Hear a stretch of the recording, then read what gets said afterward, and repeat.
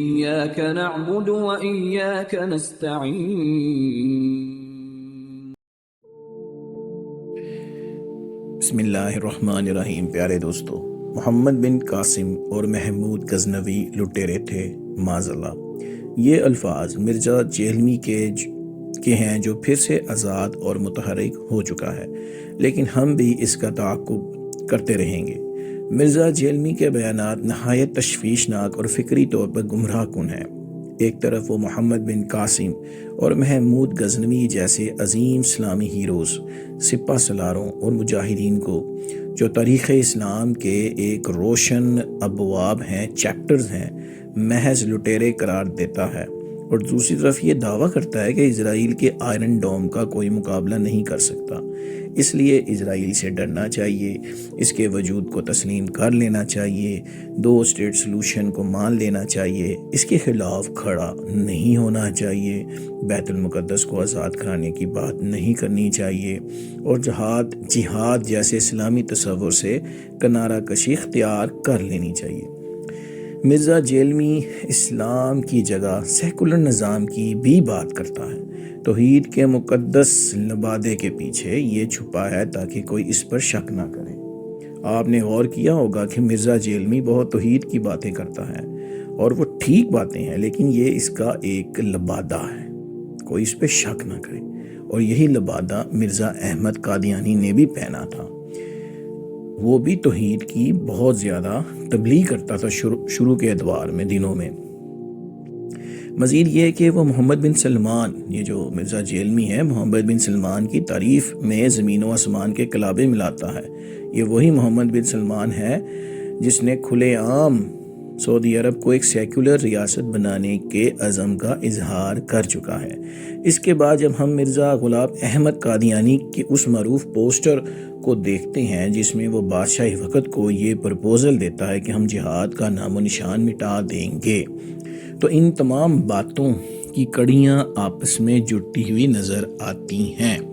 اس سے صاف ظاہر ہوتا ہے کہ مرزا جیلمی کا فکری رخ کس سمت میں جا رہا ہے۔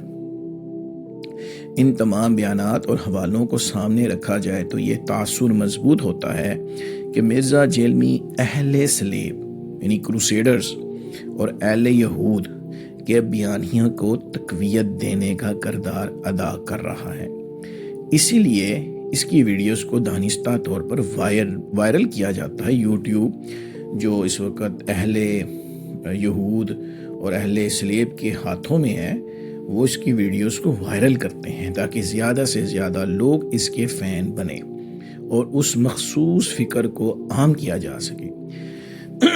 جہاں قبر پرست انتہائی گمراہ ہیں، اس میں کوئی شک نہیں، پاکستان کے قبر پرست جو ہیں وہ بہت ہی گمراہ لوگ ہیں، وہاں مرزا جیلمی نوسر باز اور بہروپیہ قبر پرستوں سے بھی زیادہ خوفناک کردار ادا کر رہا ہے۔ لیکن ہم انشاءاللہ اس کا چہرہ بے نقاب کرتے رہیں گے تاکہ لوگ اس کی اصلیت جان لیں کہ یہ کس کا آلائے کار ہے۔ محمد بن قاسم جیسے عظیم مجاہد اور سپہ سالار کو لٹیرا قرار دینا دراصل اسلامی تاریخ اور مسلمانوں کی قربانیوں اور بر صغیر میں اسلام کے قیام کی توہین ہے۔ مرزا جیلمی یہ دعویٰ کرتا ہے کہ وہ ثبوت کے ساتھ بات کرتا ہے اور کہانیاں نہیں سناتا، لیکن اگر ہم تاریخ کے آئینے میں دیکھیں تو اس کے بیانات خود ایک گڑی ہوئی اور بے بنیاد کہانی نظر آتے ہیں۔ محمد بن قاسم اور سعیدوں کا جو معاملہ ہے، مرزا جیلمی کا یہ دعویٰ کہ محمد بن قاسم نے سندھ میں سعیدوں پر حملہ کیا تاریخی طور پر غلط ہے۔ معتبر تاریخی کتابوں کے مطابق محمد بن قاسم کی آمد سے پہلے سندھ میں سعیدوں کی کوئی موجودگی ثابت نہیں۔ سعیدوں کی آمد بعد کے ادوار میں ہوئی جب سندھ میں اسلامی حکومت قائم ہو چکی تھی اور اسلام کا نظام اپنے عدل و مساوات کی وجہ سے لوگوں کو اپنی طرف مائل کر رہا تھا۔ جو نظام محمد بن قاسم نے قائم کیا وہ اتنا زبردست اور عدل پر تھا کہ لوگ تیزی سے اسلام کی طرف مائل ہونا شروع ہو گئے اور راجہ دائر کی حکومت کمزور ہونا شروع ہو گئی۔ اسلامی ریاست کے قیام کے بعد ہی سعیدوں اور دیگر مبلغین اسلام نے سندھ میں تبلیغ کا فریضہ انجام دیا، جس سے اسلام کے پھیلاؤ میں مزید تیزی آئی۔ اصل تاریخی پس منظر یہ ہے کہ اس وقت راجہ داہر کی حکومت تھی اور اس کے دور میں عرب تاجروں، عورتوں اور بچوں پر دریائے سندھ میں قزاقوں یعنی کہ جو پائریٹس تھے انہوں نے حملہ کیا۔ خلیفہ وقت کو اس ظلم کی اطلاع دی گئی۔ راجہ داہر سے مطالبہ کیا گیا کہ وہ مجرموں کے خلاف کارروائی کرے، مگر اس نے انکار کیا یا لاپرواہی برتی۔ اسی ناانصافی اور ظلم کے نتیجے میں محمد بن قاسم کو سندھ روانہ کیا گیا۔ لہٰذا سیدوں پر حملے والی کہانی تاریخی طور پر بے بنیاد اور من گھڑت ہے۔ اسلام برصغیر میں کیسے پہنچا؟ یہ ناقابل تردید حقیقت ہے کہ بر صغیر میں اسلام کی بنیاد محمد بن قاسم کے جد و جہد سے پڑی۔ اگر آج ہم مسلمان ہیں، کلمہ پڑھتے ہیں، تو اس میں ان مجاہدین کی قربانیوں کا بڑا حصہ ہے۔ جس طرح ایران میں اسلام کا پھیلاؤ حضرت عمر فاروق رضی اللہ تعالیٰ عنہ کے دور خلافت اور اسلامی فتوحات سے جڑا ہوا ہے، اسی طرح بر صغیر میں اسلام کا آغاز محمد بن قاسم کے ذریعے ہوا۔ دنیا کی ہر قوم اپنے محسنوں اور ہیروز کا احترام کرتی ہے، مگر بدقسمتی سے یہاں کچھ لوگ اپنے ہی تاریخی ہیروز کو متنازع بنانے میں لگے ہوئے ہیں۔ ایک طرف شیعہ ہیں جو ایران میں اور حضرت عمر فاروق رضی اللہ تعالیٰ عنہ کے فتح ہوئے ملک میں رہتے ہیں اور انہی کی برائیاں کرتے ہیں، اور دوسری طرف شیعوں کا ایجنٹ اور اہل صلیب کا ایجنٹ مرزا جیلمی محمد بن قاسم کی برائی کرتا ہے۔ یہ طرز فکر علمی تنقید نہیں بلکہ تاریخی تشکیک اور فکری انتشار پیدا کرنے کا ذریعہ بنتی ہے۔ اس طرح کی یہ جو باتیں ہیں اس سے انتشار پیدا ہوتا ہے۔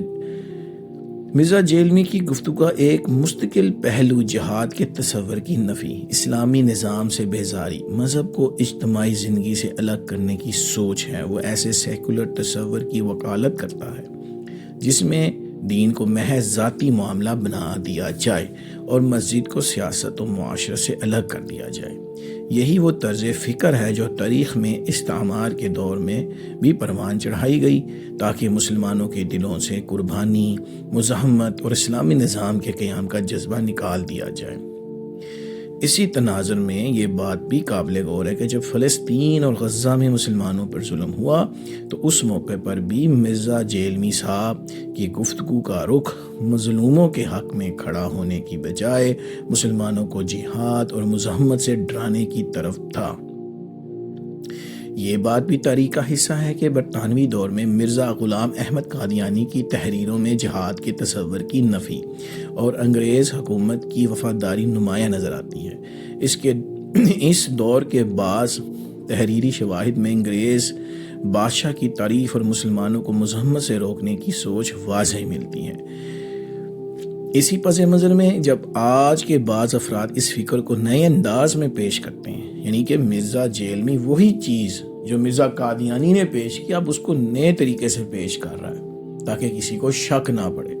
اس نے نبوت کا دعویٰ کر کے اپنے اوپر کلہارا مارا، لیکن مرزا جیلمی نئے طریقے سے واردات کر رہا ہے، تو سوالات جنم لینا فطری نتیجہ ہے۔ پیارے دوستو، یہ تحریر کسی فرد کے خلاف ذاتی حملہ نہیں بلکہ تاریخی بیانیے کے دفاع اور فکری احتیاط کی ایک کوشش ہے۔ ہمیں اختلاف رائے کا حق ہے، مگر تاریخ کو مسخ کرنا، اسلامی ہیروز کو بدنام کرنا، جہاد اور اسلامی نظام جیسے بنیادی تصورات کو مشکوک بنانا ایک سنجیدہ مسئلہ ہے۔ ضرورت اس بات کی ہے کہ ہم تاریخ کو مستند کتابوں سے، حوالوں سے سمجھیں، اپنے محسنوں کی قربانیوں کو یاد رکھیں اور ہر اس بیانیے، اس لیکچر سے محتاط رہیں جو مسلمانوں کو ان کے شناخت، تاریخ اور دینی تصورات سے کاٹنے کی کوشش کریں۔ اللہ تعالی ہمیں حق کو حق سمجھنے اور اس پر قائم رہنے کی توفیق عطا فرمائے، آمین۔